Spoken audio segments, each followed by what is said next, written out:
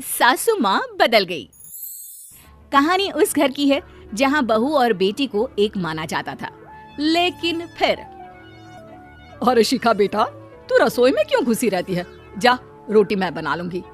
नहीं नहीं माँ जी, आप बैठिए, बस सारा खाना बन ही गया है। श्वेता को बोल देती हूँ, वो खाना लगा देगी सबका। सॉरी भाभी, मेरे पास वक्त नहीं है। माँ, मुझे पैसे देना, पार्लर जाना है। हाँ हाँ चली जाना, भाभी को भी ले जाना। वो भी जाने को बोल रही थी पार्लर, पर पहले ना मदद कर दे उसके खाना लगाने में। देख माँ, वो बहू है, उसे बहू रहने देना, इतना सर पर मत चढ़ा भाभी को। श्वेता, ज्यादा मत बोला कर। बहू और बेटी में कोई फर्क नहीं होता है। जा जाकर काम कर। ननद को माँ का भाभी से इस तरह प्यार करना बिल्कुल अच्छा नहीं लगता। वो बार बार किसी न किसी तरह माँ को भाभी के खिलाफ भड़काती रहती, लेकिन कोई फायदा ना होता। एक रोज, अरे बेटे किशन, जा बहू को कहीं घुमा कर ला, सारा दिन घर में काम करती रहती है। हाँ हाँ माँ, हम लोग जा रहे हैं ना गोवा। अच्छा जी, भाभी ने तो हमें बताया भी नहीं। वैसे तो सारी पंचायत करती है, ये गोवा वाली बात क्यों छुपा गई हमसे? अरे क्योंकि उसे खुद नहीं पता था बहन। मुझे टिकट सस्ती मिल रही थी तो मैंने बुक कर दिया। हाँ शिखा, पैकिंग कर ले, संडे हम जा रहे हैं गोवा। दोपहर में शिखा पैकिंग कर रही थी कि सास आ जाती है। ये क्या बहू, साड़ियाँ? अरे गोवा जा रही है घूमने या फिर शादी में मायके हैं? माँ जी, ऐसा कुछ है ही नहीं, समझ में नहीं आ रहा क्या रखूं कपड़े में। अरे तेरी और श्वेता की साइज तो एक ही है, उसके कुछ मॉडर्न कपड़े ले ले, आकर लौटा देना। हाँ माँ जी, ये ठीक रहेगा। शिखा श्वेता के पास जाती है और उससे कपड़े मांगती है। ना जी ना, मैं अपने कपड़े ना दूं, वैसे भी फैल जाएंगे मेरे कपड़े, बहुत महंगे वाले हैं। शिखा मुंह लटकाकर कमरे में आ जाती है तो सास कहती है, चल तैयार हो जा, तुझे मैं शॉपिंग करा कर लाती हूँ गोवा की। बस फिर क्या था, सास बहू निकल जाते हैं मार्केट और एक से बढ़कर एक ड्रेस खरीद कर घर आते हैं। पहले बता देती कि नए कपड़े दिलाने वाली है भाभी को, तो मैं अपने ही दे देती ना भाभी को, मुझे दिला देती नए कपड़े। देख श्वेता, परिवार का मतलब सबके साथ रहना होता है, ना कि सिर्फ अपना सोचना। वैसे भी तुझे अच्छे संस्कार सीखने चाहिए। और रही बात कपड़ों की, तो शिखा, आज से घर पर भी तू मॉडर्न कपड़े ही पहनेगी, कोई जरूरत नहीं है ये साड़ी वाड़ी लपेटने की। अब क्या था, घर पर श्वेता और शिखा एक जैसे रहते। एक बार पड़ोसन आती है।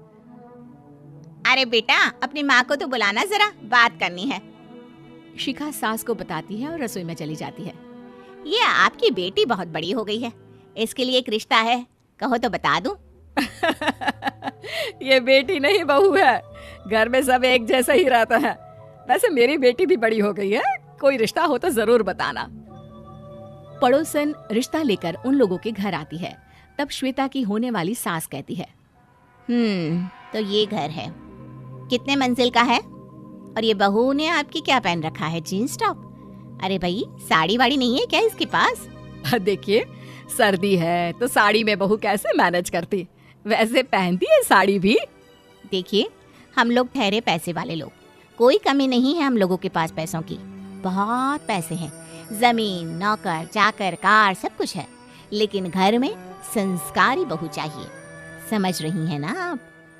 सास कुछ कहती कि श्वेता बोल पड़ती है, हाय रे, नौकर चाकर से लेकर जमीन, कार, पैसा, हाँ हाँ मुझे रिश्ता मंजूर है मुझे। अरे रुक जा श्वेता, मैं बात कर रही हूँ ना। देखिए, हम लोगों के घर इतनी आजादी नहीं मिलेगी। अरे हाँ कर देना माँ, हाँ कर दे जल्दी से। सास क्या करती, बेटी की शादी ऐसे घर में कर देती है जहाँ ना उनके विचार मिलते हैं और ना ही आचार। शादी के बाद एक रोज फोन पर, श्वेता बेटा, एक बार घर आ जा, बहुत दिल करता है तुझे देखने का। माँ, वो घर पर बहुत काम होता है, कैसे आऊँ? बड़ा घर है, लेकिन आने जाने वालों की लाइन ही लगी रहती है। बेटा, मैं तो जानती थी उस घर का हाल, लेकिन तू ही नहीं मान रही थी। माँ देख, हर घर का यही हाल है। तेरी बेटी को यहाँ घूंघट हटाने की परमिशन नहीं है और एक तरफ भाभी स्कर्ट पहनकर घूम रही है। बेटा, मुझे क्या पता था कि मेरी बेटी को ससुराल के नाम पर पिंजरा मिल जाएगा। अच्छा माँ, फोन रखती हूँ, सास को गर्मा गर्म रोटी खिलानी है। तुम लोगों की तरह नहीं कि एक रोटी बनाओ, एक सब्जी बनाओ, फिर सारा दिन फ्री होकर घूमो। सास फोन तो रख देती है, लेकिन सोच में पड़ जाती है कि एक तरफ बेटी जिसे कोई आजादी नहीं, वहीं दूसरी तरफ बहू जिसे देखकर लगता ही नहीं कि उसकी शादी भी हुई है। अगले रोज। शिखा, अरे ओ शिखा। हाँ माँ, क्या हुआ? कुछ चाहिए आपको? मैं जिम जा रही थी। जिम के कपड़ों में बहू को देखकर सास को घूंघट में अपनी बेटी का ख्याल आता है। देख बहू, घर में बहू की तरह रहा कर। इतने टाइट कपड़े पहनकर जिम जाना पसंद नहीं मुझे। जा जाकर रोटी बना। रोटी? माँ, अभी तो शाम की 6 बजे हैं, इस वक्त रोटी? अब क्या मेरे खाने पीने पर भी पहरा है? अरे जब मर्जी तब मैं अपने घर में खा भी नहीं सकती क्या? बहू को अजीब लगता है। वो समझ नहीं पाती कि जो सास कल तक इतनी सपोर्टिव थी, उन्हें अचानक से क्या हो गया। वो किचन में जाती है, गरम रोटी के साथ 2 तरह की सब्जी, रायता, सलाद सब लेकर सास के पास आती है। माँ जी, खाना।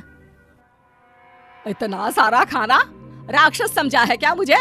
रोटी मांगी थी मैंने गर्मा गर्म बस। पर माँ जी, रोटी खाती किससे आप? सब्जी तो बनानी थी ना। अरे भूख मर गई मेरी तेरी बहस से। जा जाकर काम कर, अंदर पूरी रसोई साफ कर। बहू अंदर चली जाती है। थोड़ी देर में श्वेता घर आती है। अरे शिखा, जल्दी से चाय ला, पकवान बना, मेरी बेटी आई है। अरे नहीं नहीं माँ, ड्राइवर बाहर खड़ा है। मैं तो घर का कोई सामान खरीदने के बहाने यहाँ आ गई हूँ, मुझे जाना होगा। अरे बेटा, पर कितने दिनों बाद देख रही हूँ तुझे। रहने आ जाना 2-4 दिन के लिए। आ जाऊंगी माँ, जब मेरी सास मरेगी तब। मैं तो रोज मन्नत मानती हूँ कि मेरी सास मर जाए तो अच्छा है। अच्छा चल, जा रही हूँ माँ। हे भगवान, कैसे कैसे दिन देखने पड़ रहे हैं मेरी बेटी को। सास अंदर जाती है, जहाँ श्वेता की जिम वाली सहेली का फोन आया होता है। क्या बात है, आज जिम नहीं आई? अरे पता नहीं यार, आज माँ को क्या हो गया अचानक। पर खैर कोई नहीं, लगता नहीं कि मैं अब जिम आ पाऊंगी। शिखा स्पीकर पर बात कर रही थी, जिसे सास सुन रही थी। यार ये सास ना होती ही ऐसी है। मैं तो कहती हूँ बुढ़िया जल्दी मरे और तू आराम से जिए। शिखा को सहेली की बात पर गुस्सा आ जाता है। माँ के मरने की कौन सा बच्चा दुआ मांगता है मोहिनी? आगे से ऐसी बात मेरे सामने मत करना। हमारे घर की शोभा ही माँ है। क्या हुआ जो थोड़ी सख्ती दिखा रही है? उसमें भी कोई ना कोई उनकी भलाई ही होगी। मैं तो कहती हूँ भगवान मेरे जैसी सास सबको दे, जो सिर्फ माँ की तरह है। सास वाली तो कोई बात ही नहीं है उनमें।